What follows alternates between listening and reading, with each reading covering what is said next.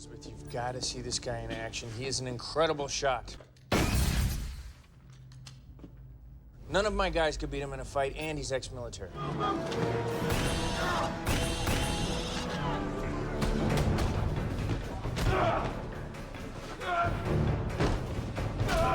You're not just being charitable. No, I'm not. And I think he'd make a great addition to my team. We don't know anything about him.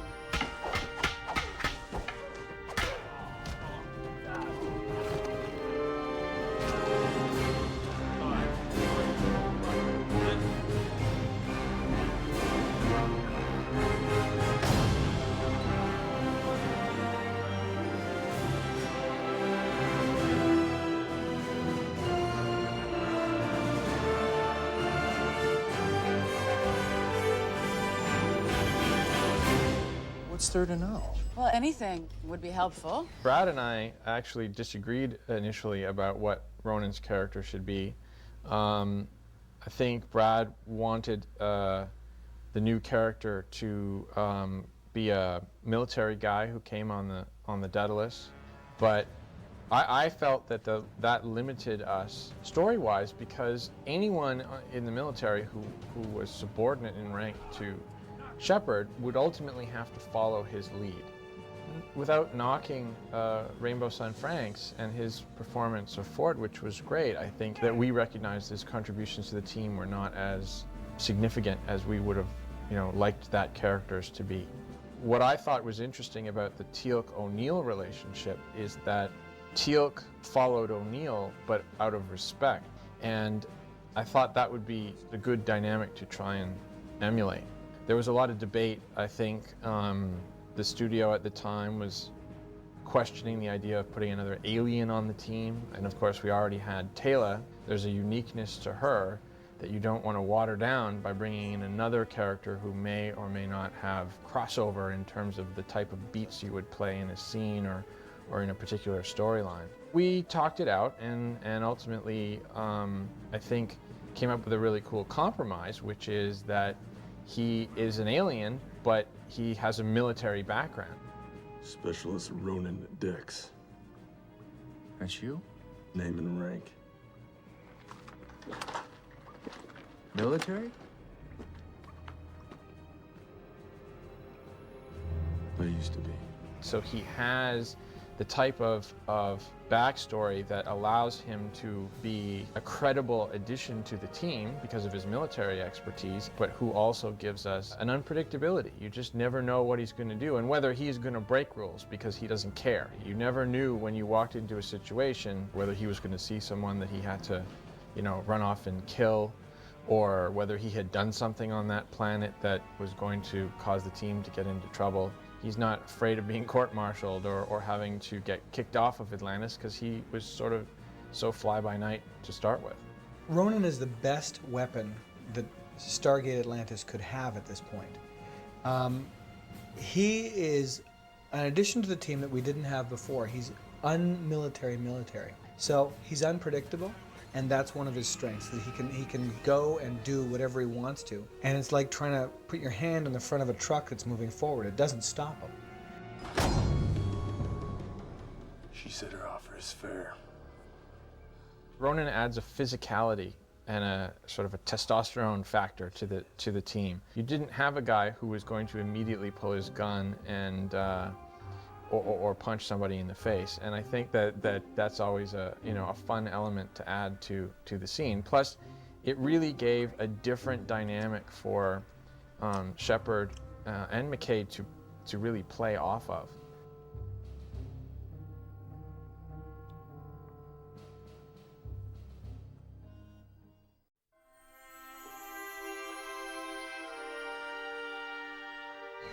Ronon Dex, when we meet him, has been 7 years fighting Wraith on his own, by himself. And it has changed him from the time he was captured on Satita to the time that we find him. Every waking moment was fighting Wraith. And he's figured out 1,000 different ways to kill them. What happens is he joins the Stargate Atlantis team and is able to focus that anger on just wiping them out. When I read the script, I hadn't seen Stargate. I really don't have a TV and I don't watch a lot of TV, but What I first loved about it is that being that I'm Hawaiian, not white at all, dreadlocks, I'm never gonna play in a Western. I'm never gonna be doing gunslinging.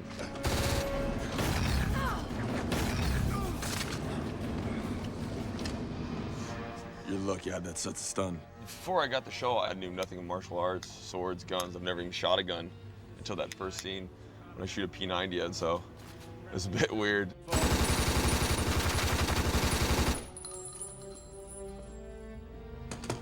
Good. He's got the big gun. He's got a million knives that we don't even know where they're hidden. When you watch The Hive and there's a line, you're gonna have trouble getting through an airport. Just have a hell of a time going through airports. He has weapons hidden all over him all the time. And the fact that he had to be alone, he hasn't been with anybody for 7 years. In Runner, there's a line, I once had a real meal at a village near the Stargate. The next day I came back and they were wiped out. And that has to change you. His knowledge of the Wraith is a huge thing. We haven't really exploited it in season 2 yet, but we will.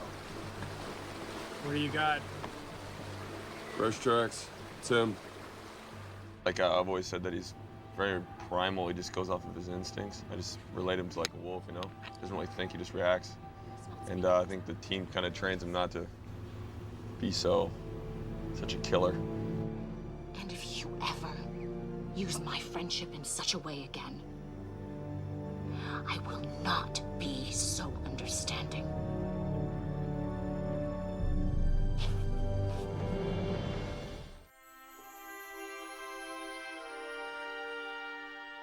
When we saw the first video of Jason, you know, we both looked at each other and said, God, if he can act, he's the guy. It's the sort of role that really depends on a presence in the scene. It's not so much about emoting or long soliloquies. When I first met Jason, I thought we couldn't have cast a better character for this guy because he is Ronon. On the other hand, there's a part of Ronon that none of us have seen that is Jason. And Jason is a very fun-loving, very easy-laughing. What Jason brings to Ronon is a cool alter ego for what's written. If you typecast somebody, that's the character that they are, and there's not much expansion. Jason really concentrates on the acting. There's so much room for expansion. There's a great scene early on. Shepard has pitched Weir on Ronon actually sticking around, and she goes to see him in the training room where he's advising some soldiers on his fighting skills. And she tries to, you know, strike up a conversation with him, and he basically just stares at her and has these one-word answers. So I guess we'll just keep in touch then. Okay. Okay. It's a great silent performance. It takes real skill for an actor to actually come across well in that type of scene. And he does it beautifully, and it's that wonderfully tough, dry sense of humor that I love, and that is a lot of fun to write for. That's it. One wraith in the forest. Yes. Done by morning. One of the first scenes I shot with Jason was in the cave, and he came in, and his size is overwhelming because you see him walk in and he's all dressed like a bear, and I changed the way I was going to shoot it. But as soon as I saw him in costume, I thought, I have to shoot this a certain way so that I don't really know what kind of man it is. It was really weird because I was supposed to, when I was coming in, we had about a week off before I got here, and the schedule got pushed ahead of time, so I landed at about 4. Saw my outfit at 6 o'clock, and it's like football pads made out of stingray, leather, and bolts, and like claws on my hands, and it was just like, I mean, completely jumped right into the character. I had ideas what I was kind of going to play in my head, and I was, you know, talking to wardrobe what I might wear, and these ladies were amazing. Like the stuff I put on, it just threw me right into the character. They covered me in mud next day at 6 a.m., 25 pounds of armor, guns like that big, swords, like, I mean, I was thrown right into it, but it helped a lot. I mean, I'm sitting in a cave. I mean, it wasn't really hard to act. From the first moment in the first scene where he kind of turned around and was this, you know, mud-covered, dreadlocked, predator-esque looking guy, it was like, wow, he's perfect. He's scary, he's got the voice, he's someone you wanted in the foxhole beside you, or when he says lines like, "If you want to live, stay behind me." you believe it and you get behind him because you just take one look at him and realize he's right. He has the size, he's got the strength, he has this growl in his personality that is so cool. Ronan, you need to trust us. I do. That's why he's here and you're still alive. I get to work, Doc.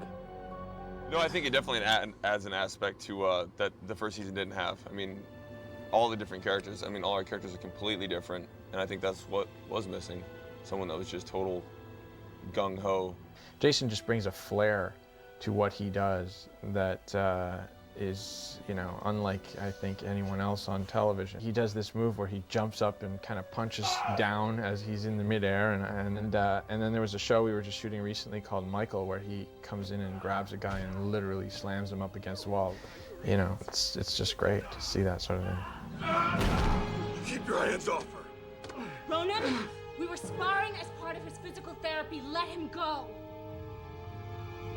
Now! One of the interesting things about Ronan is that he plays the strength of James Bamford. Our stunt coordinator, Bam Bam, has a unique ability to be able to make a fight out of anything. And now he has a fighter that he can do that with. So when you take the stunt coordinator's real strength and you take the actor's real strength and you put them together, we're going to have way better fights. The fight in Runner is one of the better fights we've done on both series. And that's to our stunt coordinator Bam Bam's credit as well. It's, I'm sure, a privilege for him to be able to do things that he knows are going to come off better than expected on screen as well.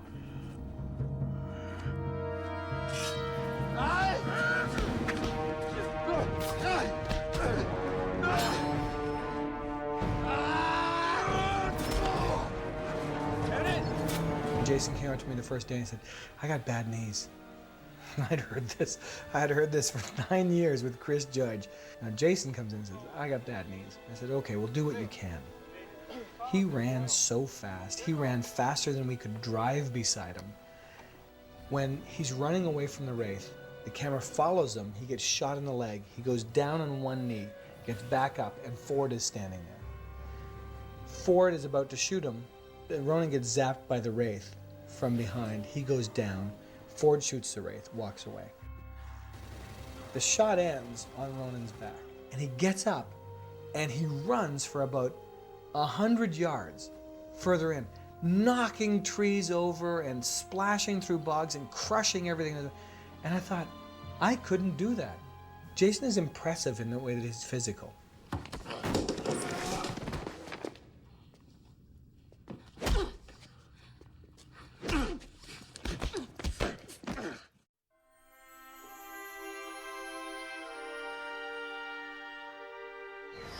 For sure, we will be getting into Ronan's, you know, history a little more. Maybe visit some planets he's visited, and he has quite a detailed past. His planet was involved in a battle with the Wraith, and we haven't really explored much about him. He's been sort of the, you know, tall, dark, and mysterious type so far, and it would be great to really get into his backstory a little bit more. We all know who this man was. What he was. If anyone here believes he should be avenged, here I am. Yeah.